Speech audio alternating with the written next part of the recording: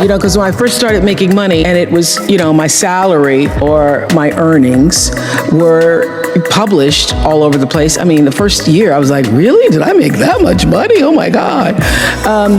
It was very difficult for me to figure out where my boundaries were because I'd grown up poor and didn't have anything. So it's easy when you don't have anything and people ask you for money. And they say, I need $500. You say, I don't have it because I'm just trying to get my rent paid. It's harder when your multi-million-dollar salary is now in the paper and you get a lot of friends and cousins you didn't have before. So how do you set boundaries for yourself? I was having trouble setting boundaries for myself for even strangers. People would just show up at my door in Chicago and say, Oprah, I left my husband, please help me. And I would because she knows I have it. So don't try that now though, okay? Don't try that now. I figured it out. So what I learned is that, the reason why people keep showing up is because my intention is to make them think that I'm such a nice person, that you can ask me for anything, you can get me to do anything, I'm going to say yes, I'm going to say yes. So when Stevie called me this time, I thought I'd try out my first no on Stevie. Let's start big. He wanted me to donate some money to a charity, and I didn't want to donate to the charity because I have my own charities and I care about a lot of people, but the problem is when you have money, everybody thinks you just want to give to everything. So every letter I ever get starts with, we know you love the children. Yes, I do love the children, but somebody else is going to have to help the children. So I said to Stevie, no. And as a person who has that disease to please, I was waiting for him then to say, I will never speak to you again. I will never call you. I will never sing a song for you. And he didn't. He just said, okay, it's okay. He said, okay, check you later. And what I learned from that is many times you will have angst and worry about things and put yourself in a state, like someone said this morning because their phone went off, they were mortified over a phone. I said, really? You will put yourself in a state when the other person really isn't even thinking about you. So learning that I could specifically determine for myself what the boundaries were for me, what I wanted to do, give my money, give my time, give of my service to who I wanted to give it to when I did, that I get to make that decision. And just because you get 100 requests a week doesn't mean you have to try to fulfill all of that. Just because you have all of these demands on your time and on you doesn't mean that you have to say yes. You get to decide because you're the master of your fate, the captain of your soul, as William Ernest Henley said in Invictus. Understanding that really changed the meaning of my life in that I was no longer driven by what other people wanted me to do, but took charge of my own destiny, making choices based upon what do I feel is the next right move for me. I was working as a television newswoman in Baltimore, and really all I wanted to do was be an actress, but I was doing television, and I felt at the time, I can't quit this job because this is what everybody else wants to do. And if I quit this job, what am I going to do? And I was going to a speech coach at the time that the station had sent me to. The broadcasting school, they sent everybody to the same woman. And I was telling her, I really don't want to do this. What I really want to do is act. And she says, my dear, you don't want to act, because if you wanted to act, you'd be doing it. What you want to be, my dear, is a star, because if you wanted to act, you'd be waiting tables in New York. And I thought, now why am I going to wait tables if I'm already working in TV? So I said, well, what I think is going to happen is I will be discovered, because I want it so badly. Somebody's going to have to discover me. And she said, you just dream. You dream, you're a dreamer. So when it happened, I called her up. I said, you will not believe this. I got discovered.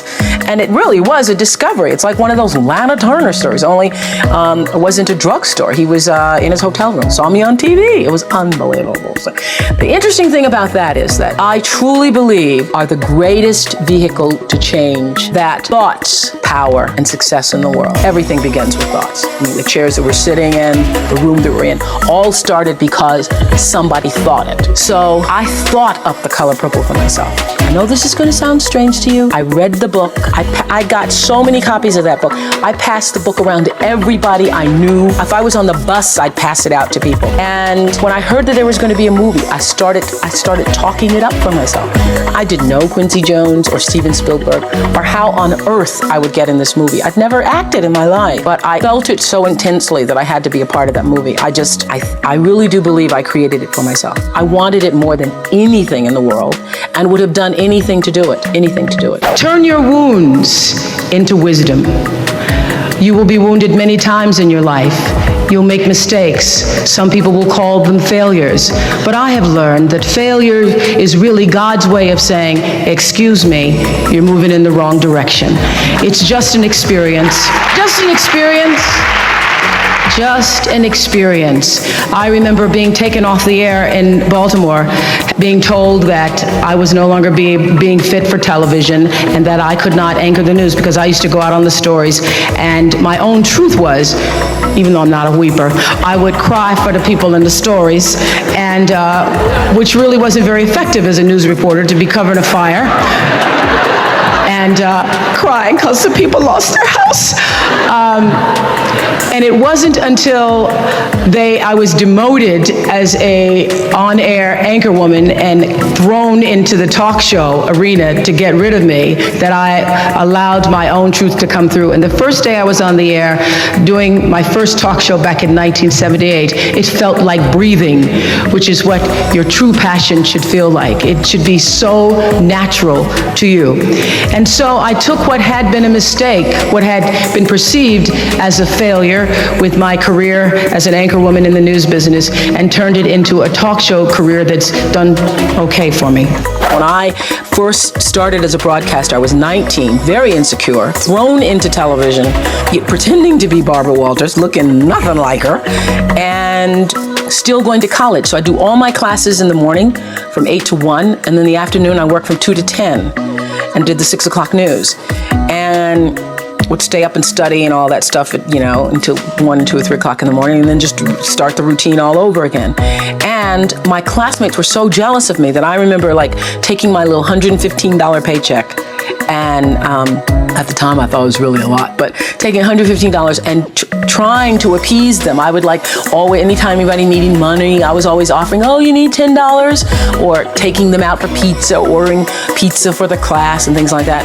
Trying to, that whole disease to please, that's where it was the worst for me, I think, because I wanted to be accepted by them and could not be, because first of all, I didn't have the time. They wanted me to pledge, and I didn't have the time to pledge. I didn't have the time to be a part of all the other college activities or a part of that whole lifestyle. And it was very difficult for me socially. Really one of the worst times in my life, because I was trying to fit in school and be a part of that culture, but also trying to build a career in television. It's very difficult for me to even see myself as successful, because I still see myself as in the process of becoming successful. To me, successful is getting to the point where you are absolutely comfortable with yourself, and it does not matter how many things you have acquired. The ability to learn to say no and not to feel guilty about it, to me, is about the greatest success I have achieved.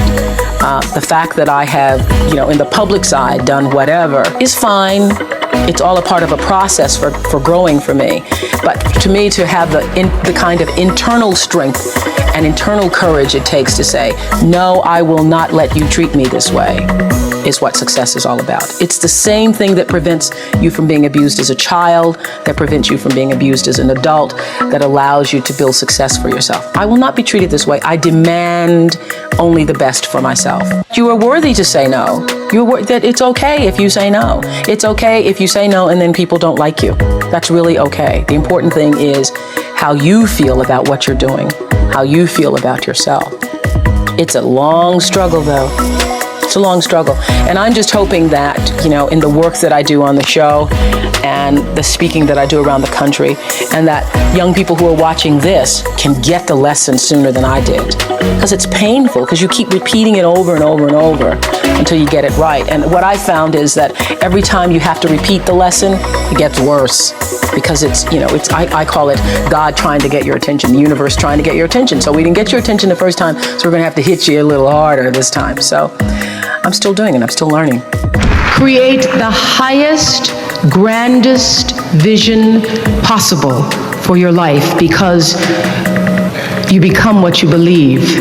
When I was a little girl, Mississippi, growing up on the farm, only buckwheat is a role model, watching my grandmother boil clothes in a big iron pot through the screen door because we didn't have a washing machine and made everything we had.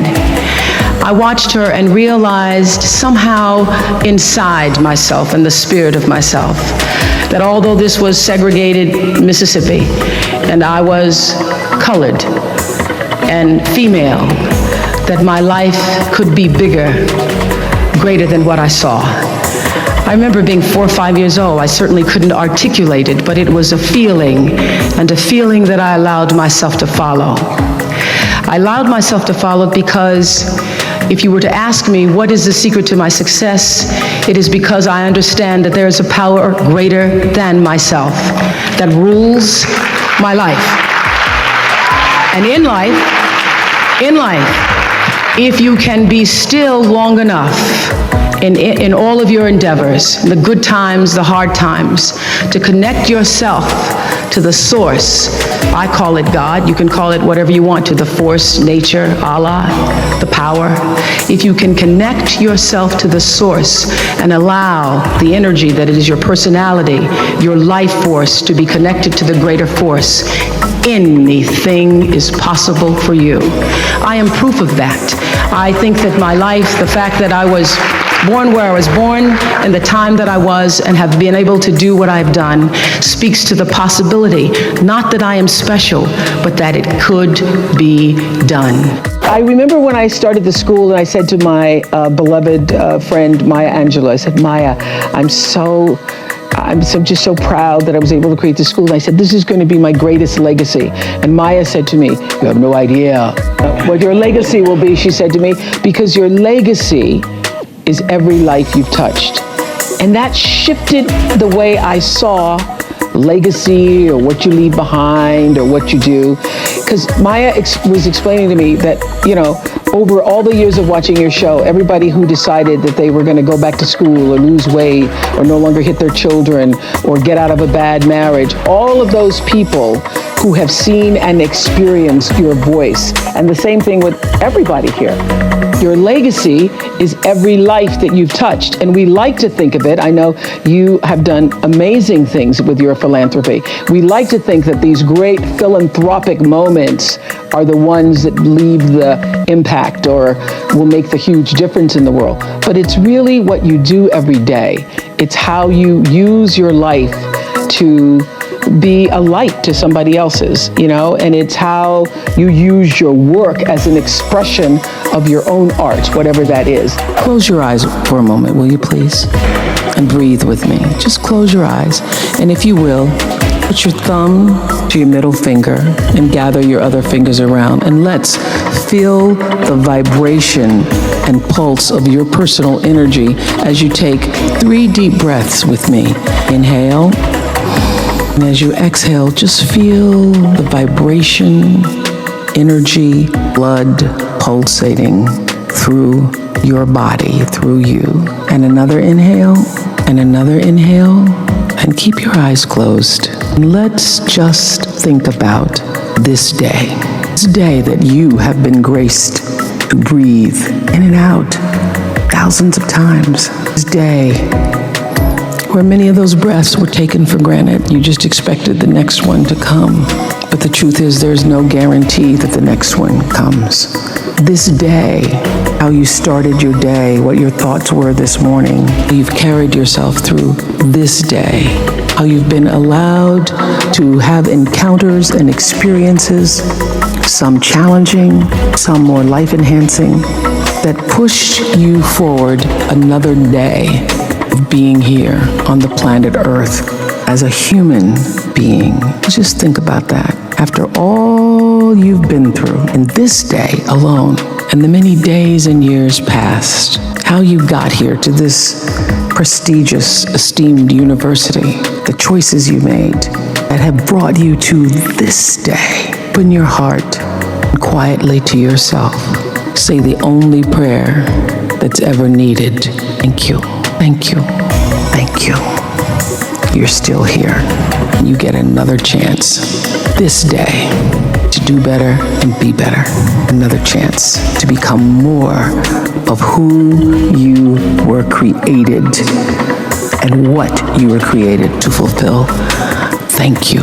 I have paid attention to my life because I understand that my life, just like your life, is always speaking to you, where you are, in the language, with the people, with the circumstances and experiences that you can understand and interpret if you are willing to see that always life, God, is speaking to you. Now, it took me a while to actually really get this and to understand it, but once I did, I started paying attention to everything. And one of the reasons why I can now accept the fact that I can offer my gatherings of information and wisdom and call myself a spiritual teacher is that every single person who ever came on my show, and I hear there's like 37,000 guests I've talked to, a lot of them came from dysfunction and a lot of them wouldn't appear to be teachers, but every one of them had something to say that was meaningful and valuable and that I could use to grow myself into the best of myself, which is what all of our jobs are. Your number one job is to become more of yourself and to grow yourself into the best of yourself.